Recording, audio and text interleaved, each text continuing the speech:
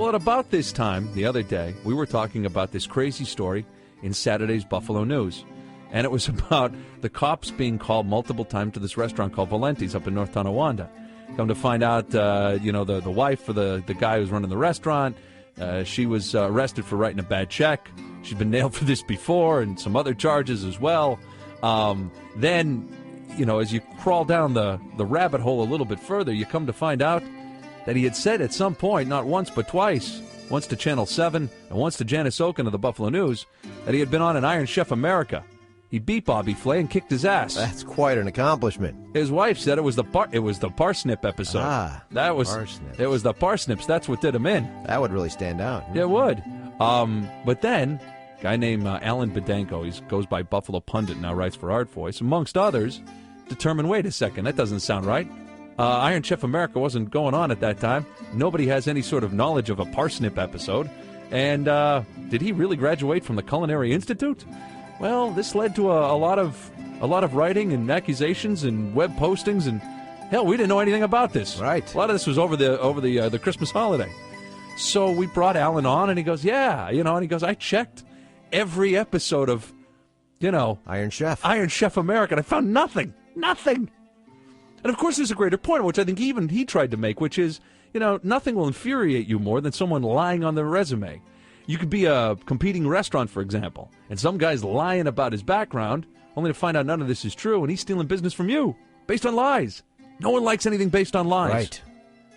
And you got to wonder why Janice Oken didn't check the sources a little bit on this, too. That led to the I guess Janice Oken at the back end of her career just sort of phoning it in at the moment, to the point where, in an embarrassing moment, the Buffalo News had to strip all that stuff out. Yeah, I was forged in steel and birthed by aliens. And Janice is like, birthed by aliens? Ooh, I think I'll write that. And she does. So in all of this, Terry wanted to call, and he wanted to set the record straight. And so we said, okay, sure, we'll give you a chance. Everybody deserves a second chance. But really only one of two things could happen. He either lies some more to us, or he tells us the truth. Right, comes clean. Terry Valenti from Valenti's Restaurant joins us right now. All right, Terry, so thanks for coming on. Now, you wanted to try and speak up here a little bit for your restaurant. First of all, I guess the question is the restaurant still open? The restaurant's still open, yes. Okay. Now, the press has not been good, and what started it off was Saturday's article in the Buffalo News, for us anyway, where we saw that, you've been going back and forth with Budway. Your wife has tried to run into the building. So what's the story there? The real story is Frank and I had a disagreement according to what our lease agreement was. It's always been one thing back and forth, and I never really thought that we had too much of a problem. The police were called. You guys had it on there like 16 times since October, but it was a lot more to just that. Like, we had one girl who overdosed in the bathroom. We had somebody steal a car. The police were called for other things than us. Okay. That's a pretty busy rap sheet, though, for a restaurant, Terry, you have to understand. Oh, huge. Okay. Now, but there have been also disagreements with the owner of the building, and the cops have been called for that too, right? Right. There's been disagreements. Right now it comes down to is Frank and I have a rapport. Lori and Frank don't have anything.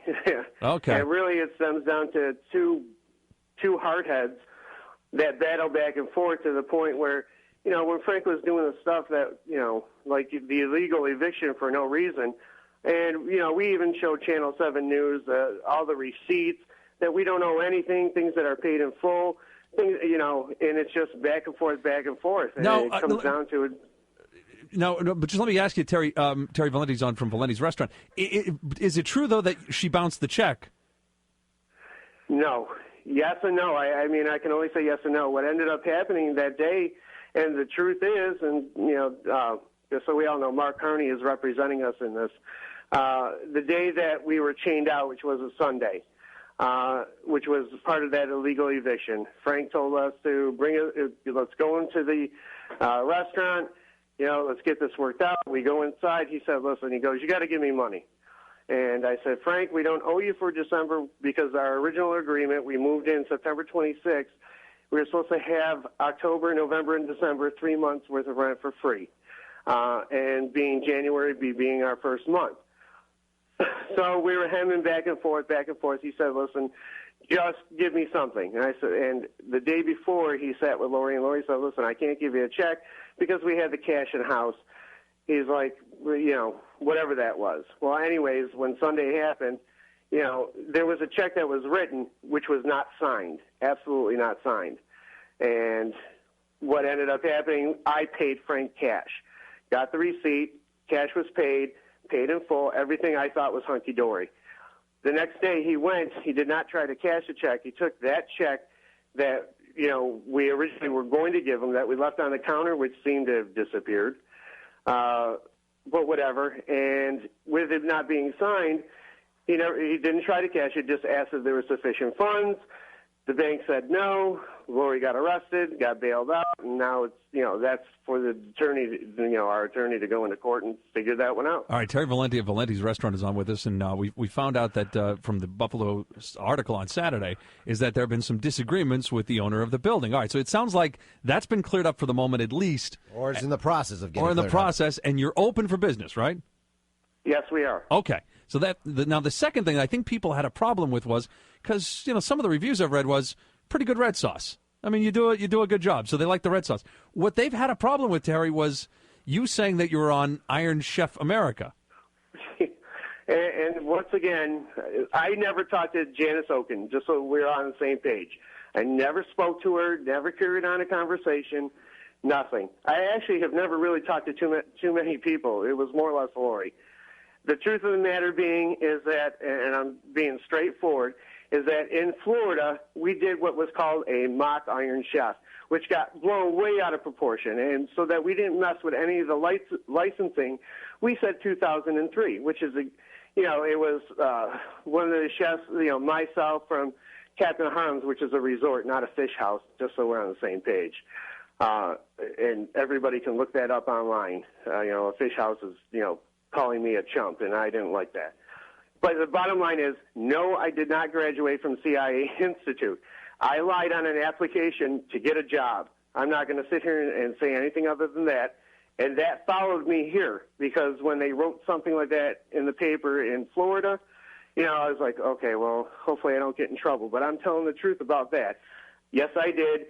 Times were tough back then when, that was 2007. When I got that job, and I did whatever I could do to get a job because there was no jobs here in Buffalo when I moved to Florida. Okay, because here's the clip of you talking to Channel 7. I actually got the opportunity of a lifetime to perform on Iron Chef America. I heard, and that's where I really came to my own when that happened. That's great. Now you could see how that can be portrayed though as right. I mean, because in a way it sounds like you were lying again by saying, "Hey, I was on Iron Chef America." That means my food's good. And I'm going to sit here and say straight to the point, I should not have said it like that. That is totally 100% my fault. All right. So I think what you're trying to say is I'm trying to come clean here. I want to give this another shot, start a restaurant. Now, why should people, I guess, believe you're going forward? The only thing that I can say is that the people I have working with me, this is not about me. This is about my employees. This is about my family, and for me to put them into a predicament because I wasn't straight in how everything was, where I kind of beat around the bush, I put them into a bad spot, and that is why I got to do what I got to do. Because I'm going to guess in the restaurant business, in any business, being upfront, being straightforward, telling the truth means having a pretty solid reputation, because in any business and anything you do, if you don't have your reputation, as I think you're learning, Terry, you got nothing. Nothing. I agree 100%. All right. And like I said, sorry. No, go ahead, finish. No, it's just, it was, we just wanted to open a little restaurant, which this got all blown out of proportion. And everybody who was writing stuff in newspapers and things like that, we ended up hiring, a marketing company who took the article from Florida and redid all of it, and basically copied word for word, because everybody's sitting here, Mama Leone's, there's like 20 of them in New York. Everybody knows that.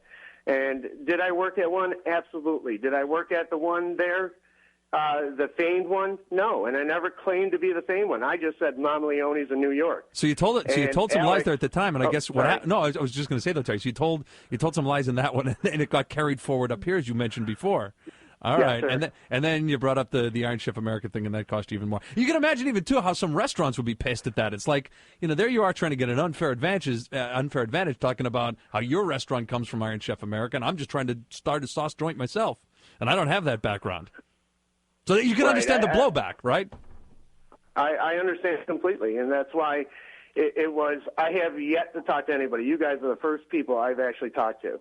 And that's only because, believe it or not, I've always respected you guys, because when I lived here, I've always listened to you guys. When I came back, I still listen to you guys. So it's more or less that, I figured that this would be the stage that I would have to, say this is how it is. All right, Terry Valenti, owner of Valenti's. Terry, by the way, where is the restaurant? It's at 537 Division Street, right in front of Budway's. After all this, we might as well at least let you have a cheap plug here. And what's the special tonight? The special is actually prime rib is our special tonight. All right, great. Are you sure it's prime rib? You're not screwing with us, are you? All right. No. Okay, all right. Terry, let's hope that you continue to do this going forward, which is not lying about the background or whatever, and just let the sauce speak for itself, right? Yes, sir. And like I said, this is I have nobody to blame but myself. I would also try to keep the calls to the cops at a minimum. That doesn't also look good for a restaurant. Oh, I got to tell you, there's just one thing out of the norm. This thing has been so crazy with the police being called, because it's not like bad is not the word, but out of ours, what we've done, we've only called the police 4 times. Mm-hmm. The rest of those times, 4 was, times too many to when Terry. Frank was. Absolutely, but we had. You know what, Terry? Like you know what I'd do? I'd end on a high note right now. That's what I'd do. I'd wrap this thing up. I just want to clear one other thing out. Sure, are you a member of the Hells Angels? No, I am not. I have tattoos and I ride a Harley Davidson. So does that make me a member? Absolutely not. I mean, really? Come on. I know. I'm just clearing it up. That was part of the story too, wasn't it? That he was allegedly tied with the Hells Angels. So. What about? I wear support shirts. What about grappling with a dragon? Is that true? Because that was also in one of the news stories. Yes. What the heck's a dragon? It's a long story. All right, so keep the cop calls to a minimum and keep dishing out red sauce. Okay, Terry? Thank you, sir. All right, good luck, Terry. All right, see you later. Thanks. All right. Okay. Do you realize I only called the cops 4 times in my restaurant? It's not a great line. But look, okay, so the guy tries to come clean at this moment. What's next? I would guess from this point forward, don't lie anymore. Keep the red sauce coming. Don't call the cops. Well, you got to call the cops if you got to call. I mean, he's in Niagara County. Don't let something lead to the situation where you have to call the cops. Something along those lines. Now, Alan Badango has been following this from the beginning. Buffalo pundit, now at Art Voice. Alan, how are you? Yes, I'm good. How are you? Okay, so you heard that. Any final thoughts? Well, that was an interesting interview. I love that you guys asked him about the Hells Angels thing at the end. I'll kind of go backwards. First of all, you're absolutely right. A business shouldn't be calling the cops 4 times in 2 or 3 months for anything. And certainly it shouldn't be having the cops called on it by its own landlord another 11 times within that same 2-3 month period for anything. I think it's indicative of something. What it is, I don't know. But I think that in and of itself is pretty troubling. I mean, has WEDG had the cops called on it 15 times in the last 3 months? 15 times in the past hour. 10 since Marissa Bailey showed up. Well, there you go. That must be it. So there's that. The second thing, someone yesterday posted to YouTube audio of Terry Valenti claiming quite angrily to be a member of the Hells Angels Rochester chapter. So right at the end there, if he's trying to clear everything up and if he's trying to correct past transgressions about lying about things, he has claimed to be a member of the Hells Angels. According to people I've talked to, he's used that line to intimidate people and to try to get them to do things that he wants them to do. He's got tattoos on his hand that say AFFA, and that's Angels Forever, Forever Angels. and that's a motto of the Hells Angels organization, which you can't just claim to be a member of. They're, it's kind of a pain in the ass